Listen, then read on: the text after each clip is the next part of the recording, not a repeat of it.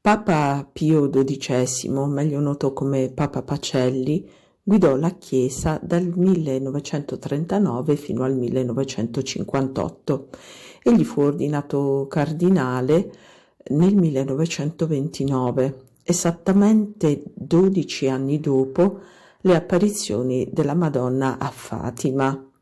Il cardinal Pacelli, in una lettera, si disse molto preoccupato dei segreti e dei messaggi che la Vergine di Fatima aveva affidato ai tre pastorelli, perché pare che in essi la Vergine avesse descritto i pericoli, le difficoltà, le angustie e le tribolazioni che di lì a qualche anno la Chiesa si sarebbe trovata a fronteggiare.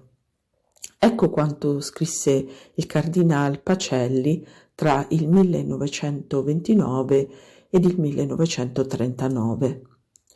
Sono preoccupato per il messaggio che ha dato la Beata Vergine a Lucia di Fatima.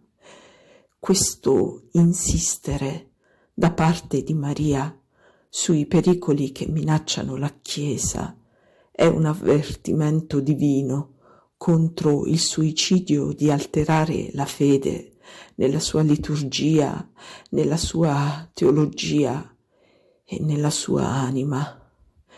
Sento tutto intorno a me questi innovatori che desiderano smantellare la Sacra Cappella, distruggere la fiamma universale della Chiesa, rigettare i suoi ornamenti e farla sentire in colpa per il suo passato storico. Verrà un giorno in cui il mondo civilizzato negherà il proprio Dio, quando la Chiesa dubiterà come dubitò Pietro. Sarà allora tentata a credere che l'uomo sia diventato Dio. Nelle nostre chiese i cristiani cercheranno invano la lampada rossa dove Dio li aspetta. Come Maria Maddalena in lacrime dinanzi alla tomba vuota, essi si chiederanno: dove lo hanno portato? Dove hanno portato nostro Signore?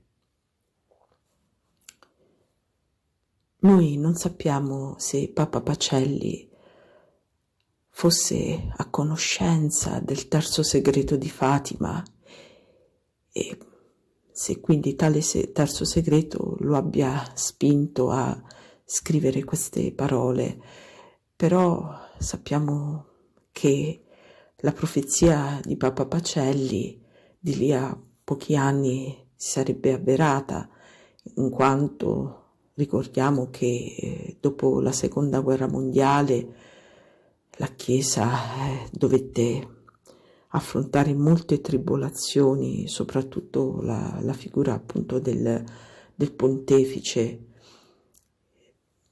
proprio di Pio XII, fu oggetto di attacchi veramente vergognosi e senza precedenti. E poi non parliamo delle tribolazioni che la Chiesa sta affrontando in questo inizio di terzo millennio, soprattutto in seguito a questa pandemia. E purtroppo la paura e l'ignoranza hanno generato il fenomeno dell'abbandono della Chiesa e delle funzioni religiose da parte di molti fedeli.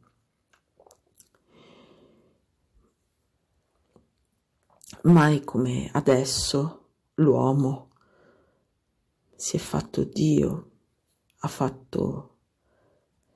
eletto insomma la propria persona a divinità. Non dobbiamo però dimenticare che Dio soltanto può liberarci con la sua onnipotenza da tutti i mali che oggi affliggono l'umanità e dobbiamo ricorrere fiduciosi a Lui, riprendere a frequentare la Santa Messa, accostarci ai sacramenti, compiere l'adorazione eucaristica e pregare incessantemente, offrendo tutte le nostre tribolazioni, i nostri dolori, le nostre sofferenze, le nostre difficoltà per il Papa, per le anime del purgatorio, per i bisogni della Santa Chiesa e per l'espiazione dei nostri peccati e di quelli del mondo intero.